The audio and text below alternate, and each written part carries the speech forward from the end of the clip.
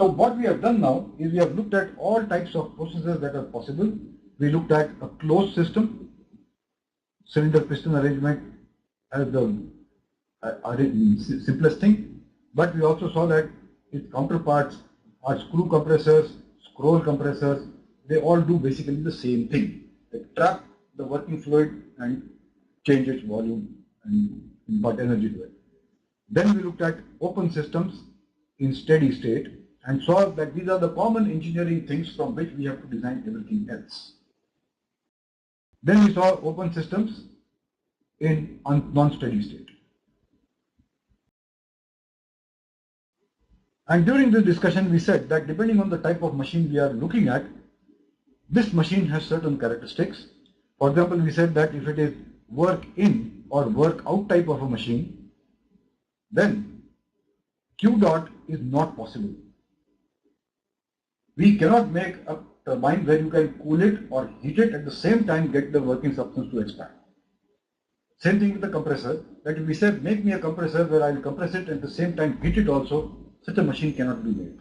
So we are now seeing certain restrictions on what happens. When we looked at tubes and heat exchangers, we saw that what is possible in the real world is constant pressure heat transfer. You say you make me a device which is isothermal heat transfer, the only thing we can do is to have phase change. But if we don't have phase change, which is not possible with an ideal gas, making an isothermal heat transfer device practically is not possible. Theoretically, yes, it is there. Practically, the engineering just doesn't work out, and you don't see those things in the market. Nobody makes it. So we have to make some compromise and say, look, if I have a heat transfer process, I will have to assume that it is constant pressure. If I have to lose some of the reversibility in the process, so be it. That's my compromise. So these are the type of things we looked at. And now let's ask the question that given the same thing happens in the cylinder piston arrangement. If we say that in the cylinder piston arrangement, if I have to have isentropic expansion, we said, okay, fine. Insulated, no friction in it, it will expand, you get isentropic expansion. That's fine. But if we say that I want isothermal expansion or isothermal heat compression, we have a problem. Isothermal expansion would mean that when the gas expands, we know its temperature will come down. If I have to make it isothermal, that means I have to supply heat. So the compression process means the piston has to move and heat has to be added. Two things have to be done simultaneously. In isothermal compression, you have to do the opposite. So there are big problems that we cannot design isothermal compression or isothermal expansion in a cylinder piston arrangement. The next best thing that we can see is what we see in practical engines. I can make the closest we can get isothermal is isochoric heat transfer, which is your petrol engine, or isobaric heat transfer, which is your diesel engine. But we are not able to produce isothermal heat transfer. This has implication in both cases on the Carnot cycle. And how do we go from Carnot cycle to various practical cycles?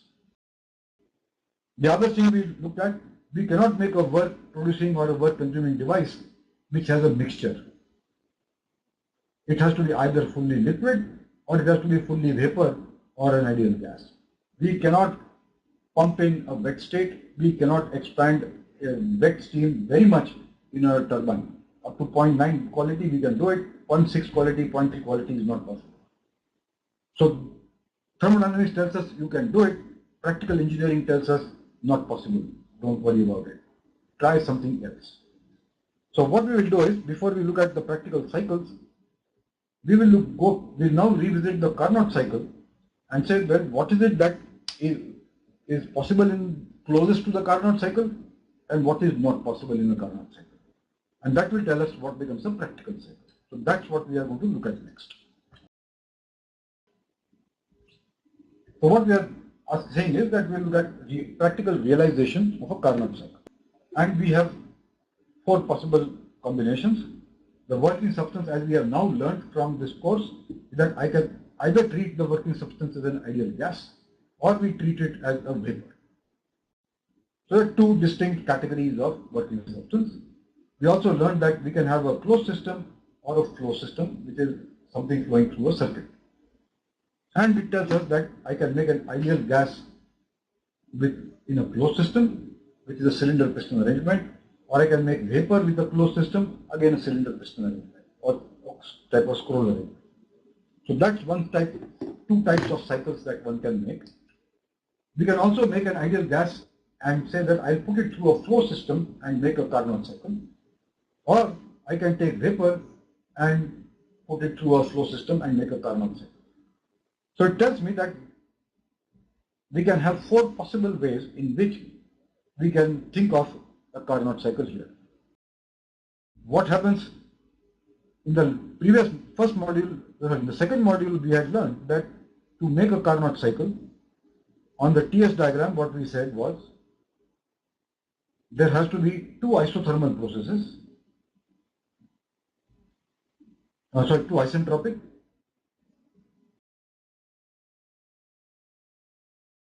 and two isothermal.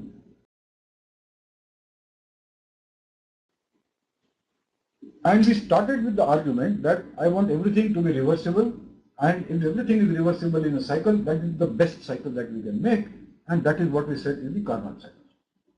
And from there we argued out why we have to have these two. So that was the basis on which we conceived the Carnot cycle as these four processes as the best cycle possible. So now there are two things possible.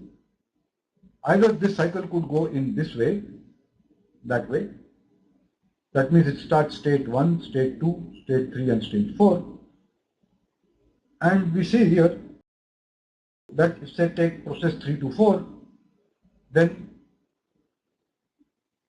delta Q is equal to TdS, and we integrate this from state 3 to 4. This will tell us that this is T3 or T4 into S4 minus S3. On this picture, this expression is this area. And in this case, the cycle is going like this. So this S4 is less than S3. So you have Q dot or QCV, whichever way you want to see, Q34. This is heat rejection by the system. Then, if you do the same thing for 1 to 2 process, we get the similar type of a thing, which will then be T2 S2 minus S1. And so this entire area, this is heat input to the cycle. And what is left to us is that the difference of these two, which is the cyclic integral of heat, this has to be equal to the cyclic integral of work. This is the work output of the cycle, which would be the area inside this rectangle. So graphically, this is how we are able to conceive it. This way, it is the heat engine. If the cycle goes in the opposite direction, this is a refrigerator. And now we will see how can I put this cycle in the real property diagram for an ideal gas and a vapor, and see what practical issues will crop up. And first, let's look at the ideal gas.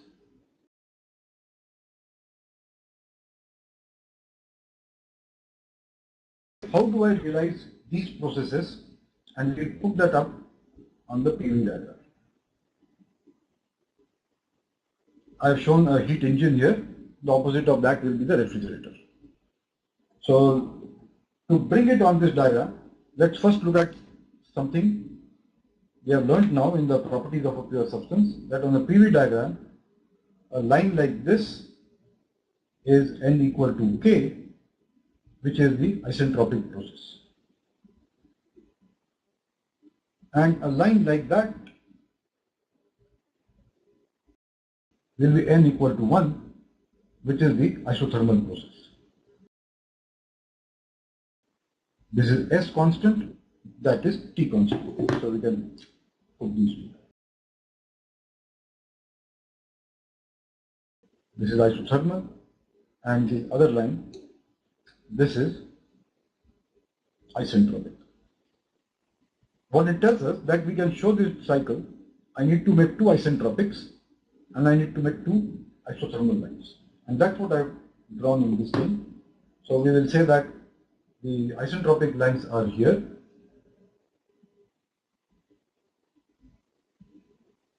This is one isentropic line and this is the other one.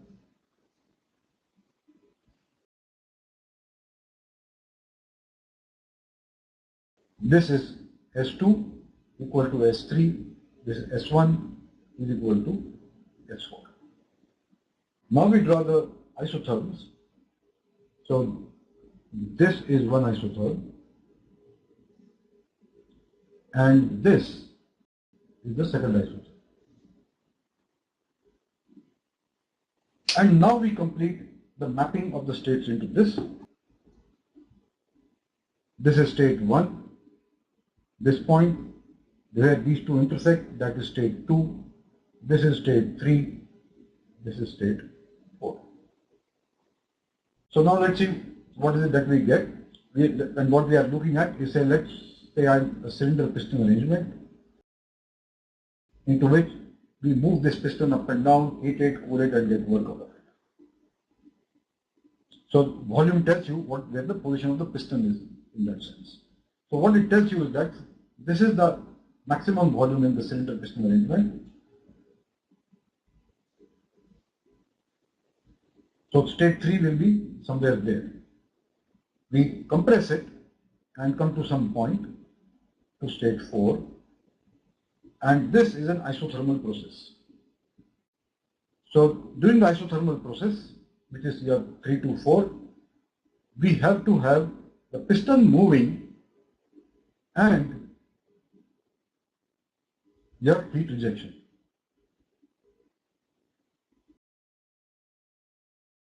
So we have got two things in the practical world, that the piston is moving and we are very quickly taking out heat from there. That's one thing. 4 to 1, the piston further moves up here, comes to state 1. This is an isentropic process. That means there is no heating, no cooling, it's adiabatic and reversible. So ideally, if there was no friction, it could go from here to here. So this is isentropic compression. That's fine with us. So the first part was your isothermal cooling while the piston is moving, followed by isentropic compression, which practically, if you do the best we can possible, we can argue, I can get very close to it. That's something we can get close to. This is a big problem. You cannot have that much heat transfer taking place from a cylinder in a very short period of time. That brings us to state 4.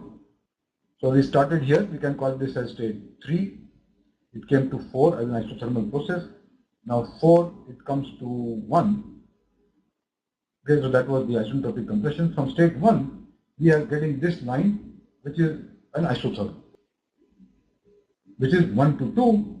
And during this process, the piston moved from there and came out,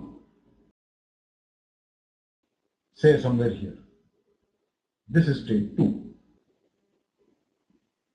And what did it do? It of course expanded, but 1 to 2 here was Q in. So you are expanding the piston at the same time trying to heat it up. Same problem as 3 to 4, where while compressing it, you are trying to cool it. That little piston that we have, say in a motorcycle or a car, it's just not possible to do that type of heating or cooling in a very short time. But isentropic compression is followed by isothermal heating.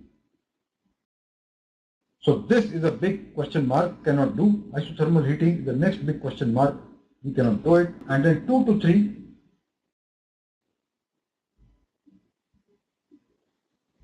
this is isentropic expansion, and we can say, well, not isentropic, but I won't take out heat from it, I won't cool it, but yes, I can get very close to it, not N equal to K, but slightly less than K. So in realizing the Carnot cycle in a gas, In a cylinder piston arrangement, there are two things which are not there in the world of engineering, which is that you do a huge amount of cooling while the piston is moving, or a huge amount of heating when the piston is expanding. This is not possible. So we have a problem in realizing the Carnot cycle with gas, or even trying to get close to it in the real world. This is a problem we have here. These processes and states will remain the same if instead of a cylinder piston arrangement, this was a closed system, we wanted to realize the Carnot cycle in an open system. And what we would do then is, if we have to compress it, we will put it through a centrifugal compressor, and in this case we have a centrifugal compressor which is being heated up. Again, that's a device we saw in our earlier discussion. Compressors will treat that as adiabatic. They can be made. But to have a large amount of heat transfer during the compression process, we can't make it. Then we have an isentropic compression. That is possible. The ideal compressor would be that we just compress it. So most compressors you see, whether it's in an aircraft engine or in a gas turbine, elsewhere, this is possible. We can get very close to it. So this is not a big problem.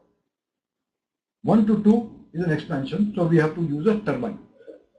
And turbine in this case is isothermal turbine. That means when it is expanding, we are going to heat it also. This is not possible. You can't make a turbine and straight heat it up. The practical turbine, I said, what we can make is an isentropic turbine. That's the best we can do. This is again not possible. The last part is an isentropic turbine. We can do that and get close to it. So even in an open system, what we are seeing is we need 2 compressors and 2 turbines, 2 adiabatic, 2 with heat transfer. The 2 heat transfer ones are not possible. So again, the Carnot cycle as an ideal gas cycle, we cannot come close to it. This is the problem with the practical realization of the gas-based Carnot cycle. Now let's look at what happens to the Carnot cycle in the flow system. So here we have the TS diagram, and what we have here is the saturation dome we have to work with. We are dealing with a vapor, so we have to show this. And now what happens? Let's say any rectangle that I can put on this is a Carnot cycle. I said, okay, so we put a rectangle over there, that's the Carnot cycle. We are far away from the dome, so this is an ideal gas, and we just argued that whether it was flow system or a closed system, we cannot make this, or we cannot come close to it also. Now let's see what happens here. Somebody says, well, I'll make a Carnot cycle like that. And what do we see happening? This is the turbine process. Superheated steam going in, superheated state coming out. It doesn't matter what the working substance was. If steam, it's okay. If it's some organic chemical, that's also okay. The next problem happens here.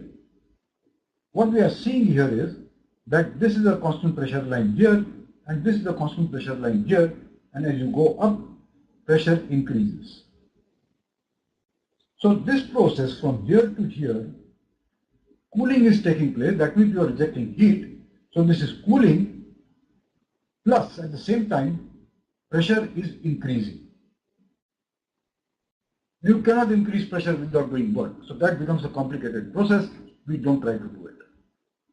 Next part is here. From here to here, we have condensation taking place. That's not a problem. We can make a heat exchanger to do this. The next process is this vertical line. This is your work input process. And here we have a wet state there, and wet state all the way through. And we just said that if you are going to make a compressor or a pump or anything, it has to either handle only a liquid or it has to handle only a vapor. This is handling completely a wet mixture. In the real world, we cannot make such a thing. So this is not possible. This is isobaric evaporation. From here to here, no problem, we can make it. But from here to here, when we are adding heat, this is the pressure here, this is the isobar here, this direction, the pressure decreases, which means that you have to make a device, a heat exchanger, where there is heat transfer taking place to the substance, at the same time the pressure is decreasing. Again, not possible. So we cannot get these two things, and we cannot get this thing. So that's the reason this cycle will become impractical. So let's see now what are the other options we have and what are the closest that we can get. First, let's try to avoid heat transfer processes where there is a pressure change. So I will not make a device in which I will have heat transfer with pressure change. I will make a device where heat transfer takes place at constant pressure, constant temperature. That fortunately for us works out, and we can say that I will have this as my heat input device. Phase change is taking place, x equal to 0 becomes x equal to 1. Constant pressure heat transfer, entirely doable. Fortunately, because it's a saturated state, it is also constant temperature heat transfer. So we got two advantages in the same shot, that we got isothermal heat transfer, something that the Carnot cycle wants. We got it. The next thing, we have to have an isentropic process from this point. So this process will come down there. Here we have a little problem, that as you come down, the dryness fraction keeps getting less. So we are getting into a wet zone. But if the dryness fraction is like 0.9, 0.95, it is not too much of a problem. Machines have still been made, they are reasonably reliable. So unless it goes down to very low dryness fractions, then this is not possible. Then we want to now have heat rejection. So we get this process, and we say this is the temperature at which we are rejecting heat. Condensation is taking place, temperature is constant, pressure is constant. So what we got here is isothermal cooling or heat rejection. This was isothermal heating. Possible, entirely possible to do it. And then we say, now to complete my Carnot, the last process to put is this one. And here we run into a problem. That, well, what you have here is a wet state and you are trying to compress it to make it a liquid. I cannot make this machine. So this cycle came very close, that we almost got this. These two we are able to get, this we cannot get. And so this cycle is very close to being realized, but not realizable. So what do we do next? What we have is a modification of this Carnot cycle. And we say that, look, I want to make it practical. So instead of condensing it here, we will take it all the way there and condense it over here. So this to this is condensation. Now we have liquid, we can make a pump and compress it. And at this state, we can then begin the heat input process, and it will go from here to there. So now 1, 2, 3 is our heat transfer process. It is happening at constant pressure, so possible. This expansion is happening here, and we are still saying that, okay, if I can get down to 0.9, I am okay. Otherwise, I will have to do something else here also. And we will see in a minute what else we can do this side. From here to here, we bring it down all the way. So this is, say, state 4, say 1, 2, 3, this is state 4, this was state 5, this is state 6. 6 to 1, pump, realizable. 1, 2, 3, heat transfer process. 2 to 3 is isothermal heat transfer. 1 to 2 is not isothermal heat transfer. So which means that I have sacrificed something over here. 4 to 5 is isothermal heat transfer, that's fine. 3 to 4, isentropic expansion, except for the dryness fraction problem in the that is there. This is okay. And this becomes the first practical cycle that one could make, and this is called the Rankine cycle.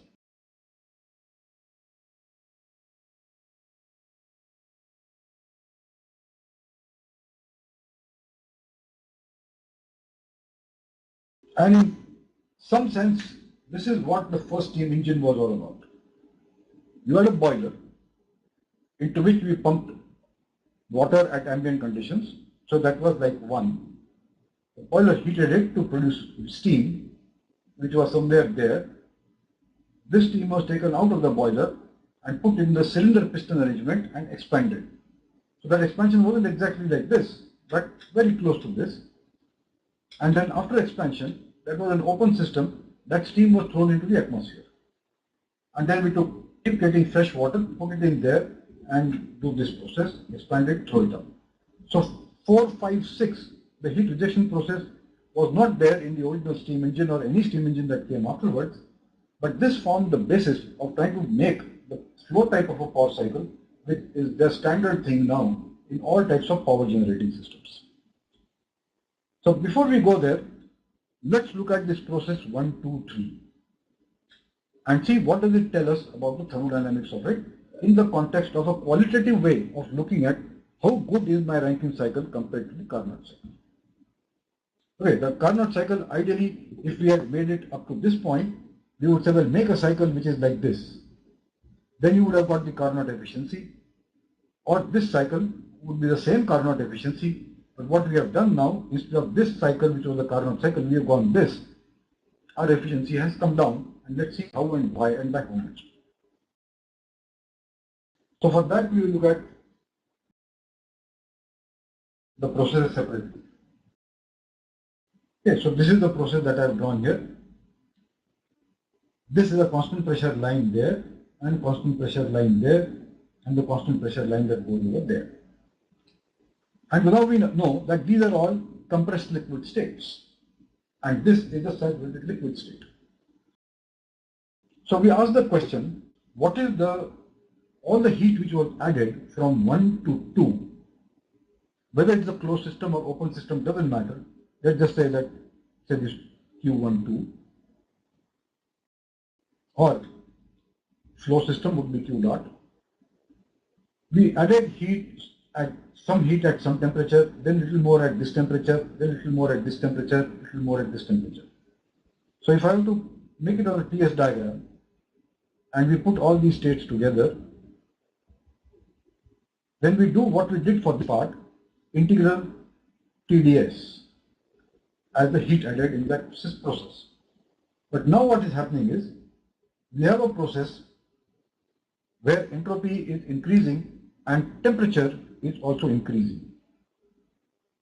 So if we know explicitly T as a function of S, we can integrate this. The next best option is what we do now with computers, is to do a numerical integration and say, well, look, I will say that we'll divide it into very small steps where there are small changes of entropy. And this is the heat added in this part of the process. So this much heat was added, and I say, well, at what temperature did we add this heat?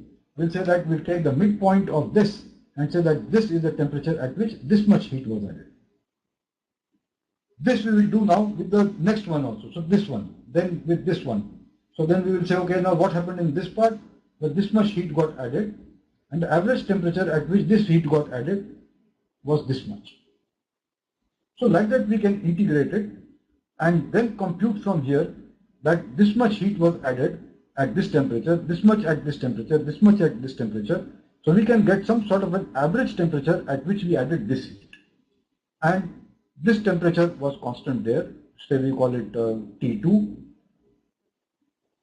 And then we say, well, what the total heat that we added in this process, which is this much. If I have to say what is the average temperature at which we added this heat, then I can approximate this area by a rectangle which is like this, which has the same area as the area under that curve. So this area and that area are equal, that means the same amount of heat was added. But now what we have learned is that this is the average temperature at which heat transfer takes place in the process 1 here and here. And that is to be expected because now we are adding heat to a lower temperature. So T bar, this T average temperature, is now less than T2. And so the Carnot cycle efficiency, which was entirely dependent earlier on T2 and the state here, which was T4, there the efficiency was 1 minus T4 upon T2. Now, oh sorry, yeah, 1 minus T4 upon T2. The T2 has now come down and it has become less, and so the efficiency of this cycle is going to be less than the Carnot cycle efficiency. So in that sense, Rankine cycle efficiency is less than Carnot cycle efficiency. We made that sacrifice, but in the process, we have made a cycle which is very close to practically making it. On top of that, there will be irreversibilities of friction, sun expansion, heat loss, all of that. So the efficiency will be further less than the ideal Rankine cycle. The real cycles will be less. But we moved out from seeing that the Carnot cycle was practically impossible to make, but we said at least in one case, we are able to make a modification here and realize something close to a Carnot cycle. In the case of gas cycles, we would replace isothermal heat transfer processes by either isoporic or isobaric heat transfer processes, and we'll see how we do that a little later. But this is what we did. The next thing what one does is, how can I reduce this problem? That the dryness fraction here is very low. I want to have turbine which is very close to over there. And the answer for that is that I'll show it on this diagram. I want to take 0.4 from here to here, very close to 1. That means this is a state at which the steam's expansion in the turbine comes to an end. So the turbine processes have to lie on a vertical line which goes up here. Okay, so what it tells us that I have one restriction, or that the states at which the steam comes into the turbine has to lie on this line. And I have a second restriction, that the state at which the heating will end will be on this isobar. So isobar, which was here 1, 2, 3, we continue that isobar and say, well, look, this is the isobar at which heat transfer takes place. The intersection of these two is the state at which the steam should leave the boiler and enter the turbine. So that's what we did. If you do that, this line comes up over here. The average temperature at which now heat is added has increased a little bit because we added this heat at a higher temperature. So cycle efficiency has gone up, and we got this problem also solved, that dryness fraction of steam in the exhaust of the turbine has improved, and we said, look, this is a nice cycle, it meets all our practical requirements, and the first power plants were made with this cycle. And that's how the idea of this heating, which is superheating, this has come about. So almost all cycles, whether it is nuclear or whether it is ocean thermal or solar thermal, all of them will be something or some variant of this basic Rankine cycle. So this is Rankine cycle with superheating.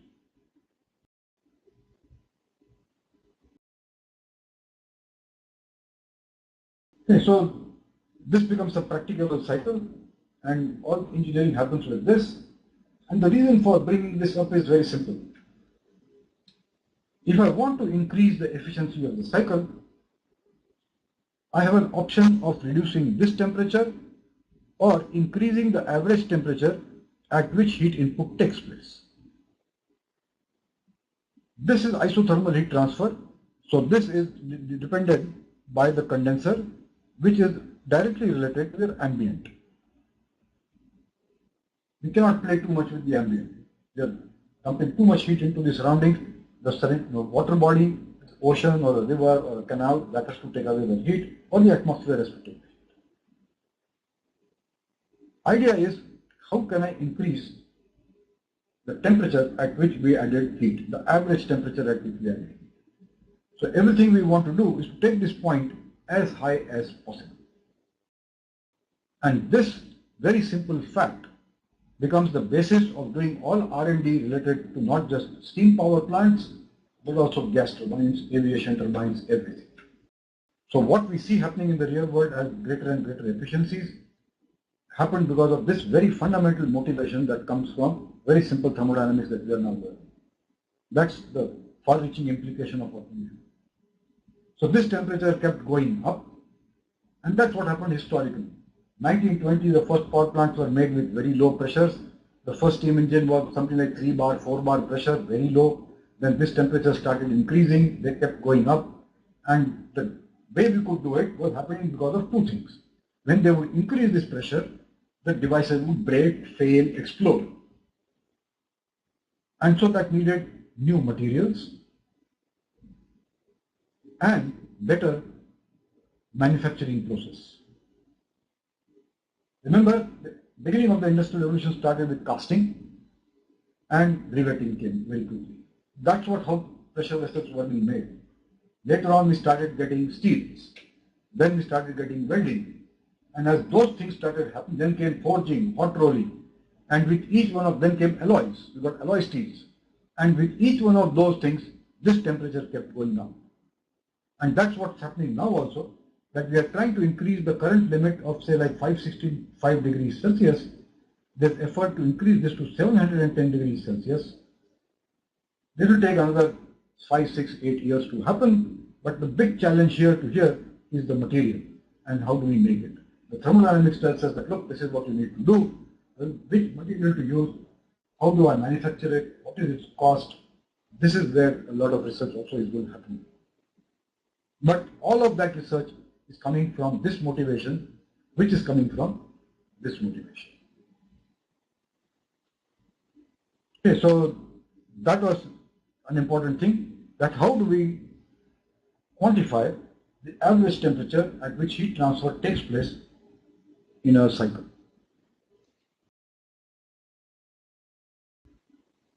So that was the Carnot cycle coming in there. We'll take a few minutes to look at the gas cycle, and then we'll have questions coming in. What happens in the gas cycle is we modified that diagram and said, look, isothermal heat transfer is not possible. So what we do, and we have to do it on a PV diagram, we saw that PV diagram that was coming up. It was like this, then like this, then like this, and then like that. Not practical. So we said isentropic process I can very closely get, but then don't bother too much about anything else. So what we did is we took this isentropic process and took it all the way here. And then we said I can do two things. I can do constant volume heat addition, or I can do constant pressure heat addition. If we do constant volume heat addition, we then have this expansion isentropic, and then I said constant volume heat rejection. And this becomes the Otto cycle, or this is the thick thermodynamics cycle for the petrol engine, or what we call it the gas engine, the CNG engine, or the LPG engines.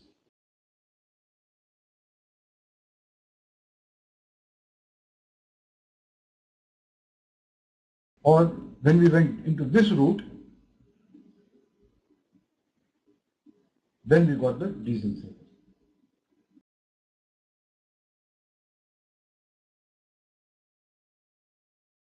Okay, clearly, both are quite different from the Carnot cycle that we would have liked to have, but this is what is practically possible.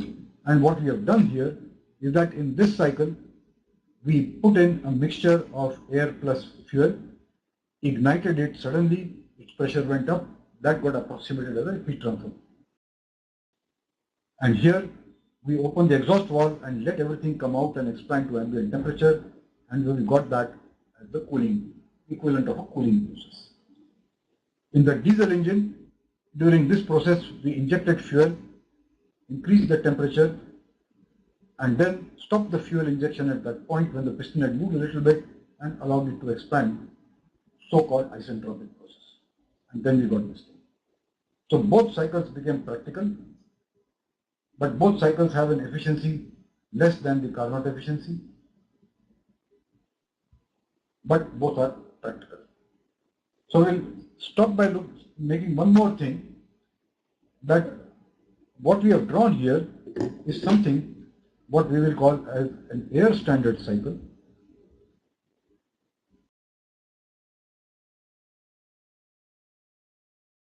and versus a ideal gas cycle.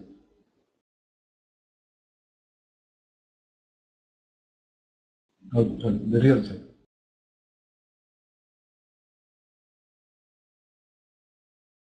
And I will list the differences between these two. Because air standard cycle, the one whose performance we can analyze, we know all the equations and processes for that. Real cycle is complicated and subject of higher courses and practical engineering, but this is the beginning point by which we start getting qualitative ideas about what happens. So what happens here is that first, the working substance here is air, which is assumed to be an ideal gas. Here the working substance is air plus a mixture of the combustion gases, and that would actually behave like a real gas. The second thing is the heat addition that we show on these diagrams. In an air standard cycle, it is a closed system where externally it is heated and cooled. In the real cycle, the heating process is replaced by the burning of fuel and burning fuel in the working substance itself. So the working substance doesn't even remain in the same air. And heat rejection, so heating is like that, and heat rejection is also closed.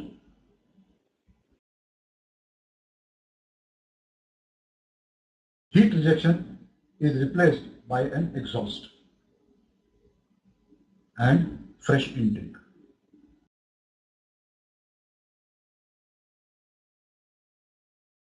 So in this cycle, ideally we would say that the same mass of air which is undergoing these processes, in the real cycle, we say that after this process is over, we throw everything out and get fresh air in, and we come to this state. So that's the approximation we do. So there are three major differences between the air standard cycle and the real cycle. The reason we make these differences is that air standard cycle can be analyzed from everything we have learned so far. And from there, we can calculate at least efficiency, heat transfer, work transfer for each process that can come. We know the parameters of the cycle, maximum pressures, maximum temperatures, all of that can be calculated. In the real cycle, we'll have to go to much more sophisticated programs. They are now there, all designers of engines and all, they will do this part, but that's how they'll actually make the machine. But for beginning purpose, we take the air standard cycle assumptions and analyze the cycles. So with that, we will stop here, and tomorrow we'll take examples and we'll solve some problems. Okay, the second question, there's a question here, what types of modification is done for Carnot cycle? And that is easy to answer because I just showed that. For gas cycles, this is the Carnot cycle. And I'll summarize that again, that we replaced the isothermal heating and cooling. We replaced the isothermal part by either isobaric or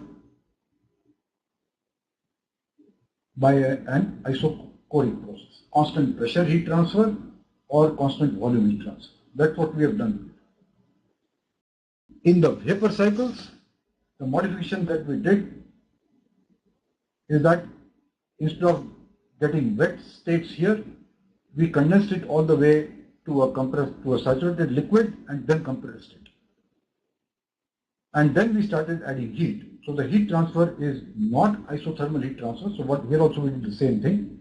We replaced isothermal heat transfer, isothermal heating. Isothermal heating got replaced by isobaric heating.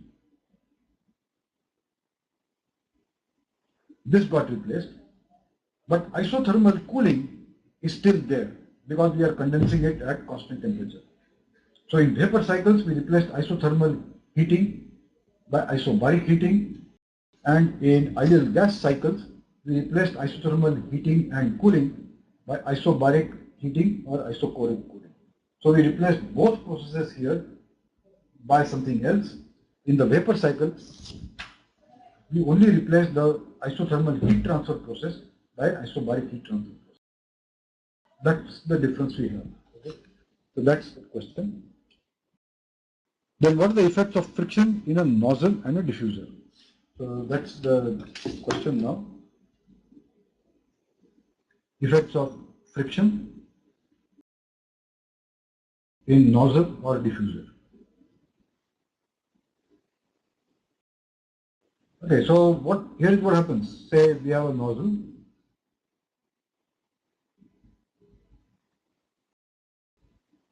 And the fluid is flowing like that. This is our control volume. Now what friction does is, dissipates energy, which gets converted into internal energy, raises the temperature of the fluid, and the velocity that we get is less than what we would have got. So in the nozzle, say this was the inlet state, 1. The isentropic nozzle, where there was no friction, would have come here, 2. And say 2s, isentropic. But what is happening is, this is the constant isobar there, and this is the isobar. So this is a line of P1. This is a line which tells you where is P2. So this was the isentropic nozzle.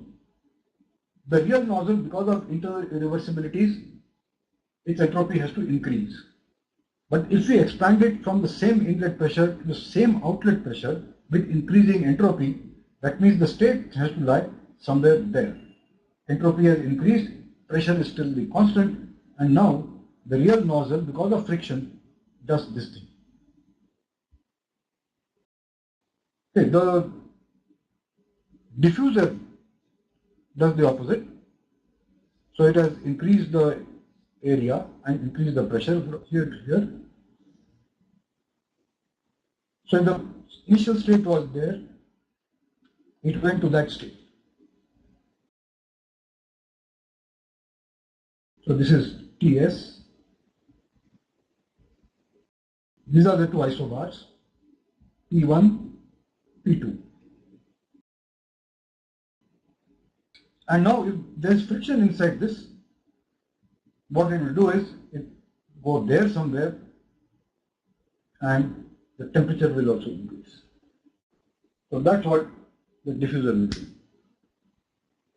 So that's what the difference between the nozzle and the diffuser.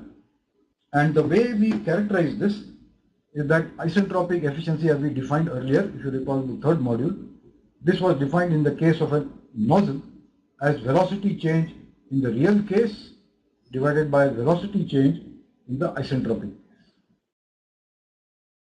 In the diffuser, the pressure recovery will be the opposite of that. So that is for nozzles and diffusers.